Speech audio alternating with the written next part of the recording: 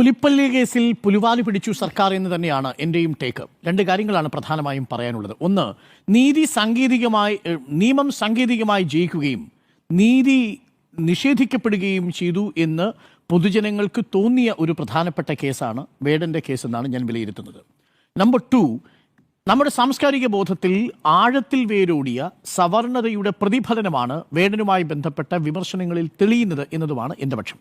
ഞാൻ രണ്ടും എന്താണെന്ന് വളരെ പെട്ടെന്ന് വിശദീകരിക്കാൻ ശ്രമിക്കാം. ആദ്യം, സാങ്കേതികമായി നിയമം ജയിച്ചു, ശരിയാണ്.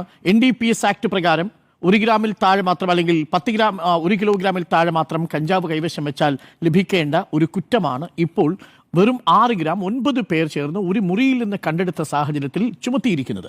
സ്റ്റേഷൻ ജാമ്യത്തിൽ വിടാവുന്ന കേസാണ്. നിയമത്തിൻ്റെ വഴിക്ക് പോയി. മറ്റൊന്ന്, പുലിപ്പല്ലാണ് എന്ന് ഇപ്പോഴും വനം വകുപ്പ് സംശയിക്കുന്ന, അങ്ങനെ തന്നെ പറയേണ്ടി വരും, കാരണം ശാസ്ത്രീയ പരിശോധന ഇനിയും നടത്തിയിട്ടില്ല പൂർണ്ണമായും. ഒരു കേസിൽ ഒരു വന്യജീവിയുടെ ശരീരഭാഗം അയാളുടെ മാലയിൽ നിന്ന് കണ്ടെത്തിയിരിക്കുന്നു. 1972 വന്യജീവി സംരക്ഷണ നിയമപ്രകാരം അയാൾ ഒരു കുറ്റവാളിയാണെന്ന് സമർത്ഥിക്കുകയാണ് വനം വകുപ്പ്. നിയമം സാങ്കേതികമായി കോടതിയിൽ പറയുമ്പോൾ ശരിയാണ്, എനിക്ക് നിയമം അറിയില്ല, ഇതൊരു കുറ്റകൃത്യമാണോ എന്ന് തനിക്കറിയില്ല എന്ന വാദങ്ങളൊന്നും കോടതിയിൽ നിലനിൽക്കില്ല. പക്ഷേ നീതി അവിടെ നിഷേധിക്കപ്പെട്ടു എന്നത് പകൽ പോലെ സ്പഷ്ടമാണ്. ഈ വേടന്റെ വാക്കുകൾ തന്നെ കടമെടുത്ത് പറയുകയാണെങ്കിൽ, കാട് കട്ടവന്റെ നാട്ടിൽ ചോറ് കട്ടവൻ മരിക്കും എന്നാണ്. നോക്കൂ, കാട് കട്ടവർ ചുറ്റും നിൽക്കുമ്പോൾ ചോറ് കട്ടവനെ കൊല്ലാൻ വേണ്ടിയുള്ള ഒരു കേസായി ഇത് മാറുന്നത് എങ്ങനെയാണെന്ന് ഞാൻ വിശദീകരിക്കാം.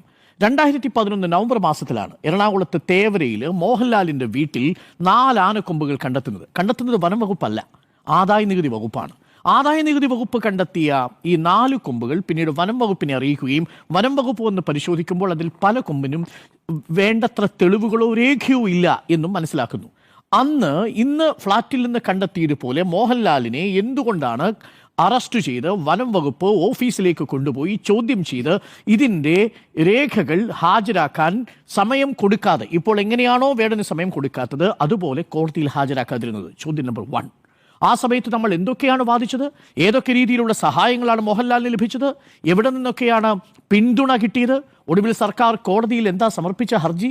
കോടതിയിൽ സർക്കാർ കൊടുത്ത അപേക്ഷ ഈ കേസിൽ നാട്ടാനയുടേതാണെന്ന് തെളിഞ്ഞിരിക്കുന്ന പശ്ചാത്തലത്തിൽ പ്രതിപ്പട്ടികയിൽ നിന്ന് ഈ കേസ് ഒഴിവാക്കി കിട്ടണമെന്ന് ആവശ്യപ്പെട്ടുകൊണ്ട് സർക്കാർ കൊടുത്ത അപേക്ഷയാണ് കോടതി റദ്ദാക്കിയത്. വലിയ തിരിച്ചടിയായിരുന്നു ആ സമയത്ത്. മോഹൻലാൽ നേരിട്ട് കോടതിയിൽ ഹാജരാകണമെന്ന് പറഞ്ഞു. പിന്നീട് അതിനൊരു സ്റ്റേ വന്നു. അപ്പോൾ മോഹൻലാലിൻ്റെ വിഷയത്തിൽ വനം വകുപ്പ് എടുത്ത നടപടിയും വേടൻ്റെ കാര്യത്തിൽ ഒരു പുലിപ്പല്ല് കണ്ടെത്തിയപ്പോൾ എടുത്ത നടപടിയും രണ്ടാണ്. കാട് കട്ടവന്മാരുള്ള നാട്ടിൽ ഈ ചോറ് കട്ടവൻ മരിക്കും എന്ന് വേടൻ തന്നെ പറയുന്നത് ഒരു ഉദാഹരണമാണ്. ഇനി രണ്ടാമത്തത്, അട്ടപ്പാടി മധുവിന്റെ കാര്യത്തിൽ